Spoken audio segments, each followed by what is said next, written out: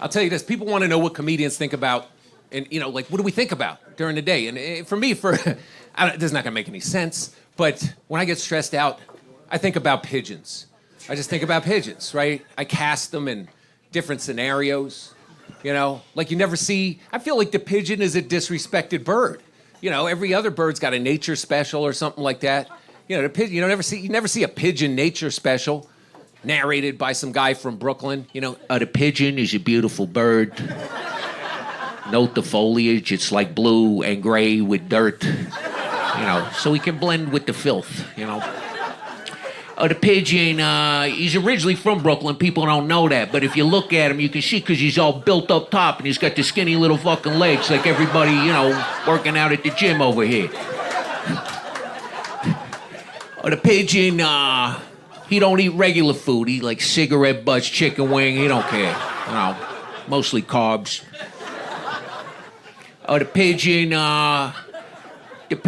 he don't fly too far. I mean, he's fucking fat. Look at him. Boom. 3 feet into the puddle. That shit into the puddle over there.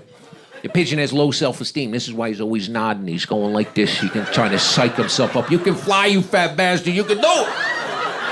Anyway, that's what goes on in my head. Think about pigeons. My wife, deals with real animals. What she does, she fosters animals. Like she'll bring these animals off the street, And she doesn't tell me. Like, I'll get home from doing shows. It's good to know if there's a pit bull in the bedroom. Open the door, it's all dark. What's that? It's Bitey. Oh, yeah. Fantastic. New addition to the family. So we end up adopting, we end up keeping this one dog, right? And I love the dog. I start getting really close to the dog, And then the dog develops tongue cancer. I don't know how that happens. I guess it's a sad, maybe years upon years of licking your own balls. I don't know how it happens, right? So we got to take him to the vet. The vet removes part of the tongue. Now he barks with like a lisp, He's like a Mike Tyson bark. Boxing is a very physical sport. Boxing. He's this big dog. He's got this little bark. All the other dogs, what the fuck's going on over here? So consequently, because of the operation, his salivary glands have been compromised. He can't digest regular dog food. So my wife cooks for him. He gets his steamed broccoli and chicken. And then when she goes away, she cooks for me. So there'll be like a little Tupperware thing for him and a little one for me. Well, one time she goes away and they got mixed up and I ate his stuff. I'm like, this is horrible. He ate mine. He's like, this is delicious. Delicious. Give me some more of this. Boxing is a very physical sport, So, but it was Mexican food that she had made. So about midnight, I'm in the bed chilling and I see the dog do something I've never seen him do before. He's scooting his ass on the carpet. You ever see that? Like, just back and forth like a racetrack, and I'm just watching it. It's like Wimbledon, Like, wow, look at that. Whoa, there he goes again. I'm like, what's going on? Then he pulls up to the bedroom door and he starts looking. He's panting. He's like, I'm like, you gotta go. He's like, So I let him out of the apartment. He books to the elevator. He pushes the button. We get downstairs. Like he doesn't even make it outside. And it's huge. It's like a map of Italy. There's a boot. It's Columbia. And I got the little bag. I'm trying to do the math. Like 2 trains leave at midnight. How do I clean up this? And some lady from the building's like, you better. I'm like, lady, I need a forklift and a snow shovel. Why don't we MacGyver a contractor bag and make a little, doggy depends or something. But it was kind of funny to me. But when you laugh at that stuff, karmically it comes back to you. So I'm in Brooklyn. I'm walking in Prospect Park one day. It's a beautiful day, about 70 degrees, kind of a cool day. And I'm a little hungry, and there's a falafel stand. So I'm like, yeah, I'll just grab it. Yeah, dude's got all his fingers. It'll be fine. That's my criteria, So he's like, you want the hot sauce? I'm like, put the hot sauce. He's like, you want the white sauce? I'm like, put the white sauce. And he puts the white sauce. But a white sauce must have been sitting in the sun. Because about a half hour later, my stomach, it's like that satanic, like, well, what is that? And then it's like your ass sends the rest of your body a text, like, those plans you have this afternoon, you're going to be rescheduling. That's what's going down. I got Middle Eastern music coming out of my ass.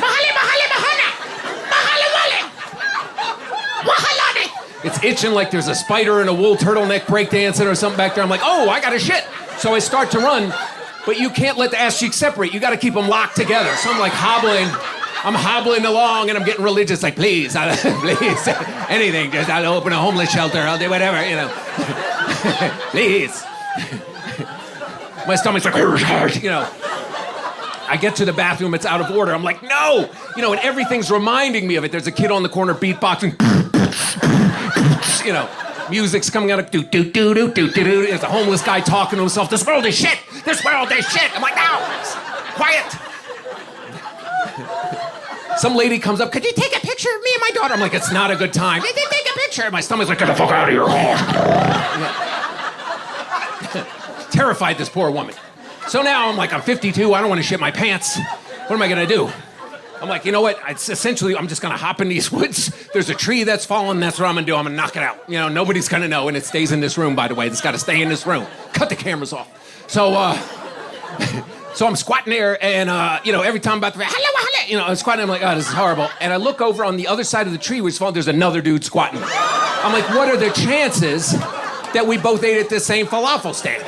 So I kind of give him that look of solidarity. That dude looks over me and smiles. I'm like, why is he smiling? Another head pops up from behind the log. I'm like, oh, that's why people hate New York City. You think you're in a park having a family picnic, 3 feet away, someone's having explosive diarrhea, someone's getting blown. It's like a Bermuda Triangle dysfunction. So I'm trying to finish, and, you know, I'm remembering all Boy Scout stuff like 3 leaves and shiny, don't wipe the hiney, you know.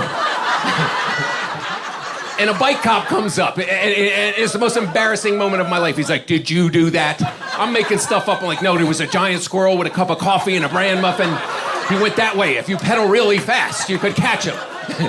He's like, I should arrest you. I'm going to give you a tip. I'm like, arrest me? What, are you going to put me on the handlebars, man? You know, it's allergy season. You better hope I don't sneeze, or it's going to be officer down. Officer down. That guy looks at me, he goes, I just got one question for you. He's like, what were you thinking? And I was like, that the pigeon is a beautiful bird. He don't fly too far.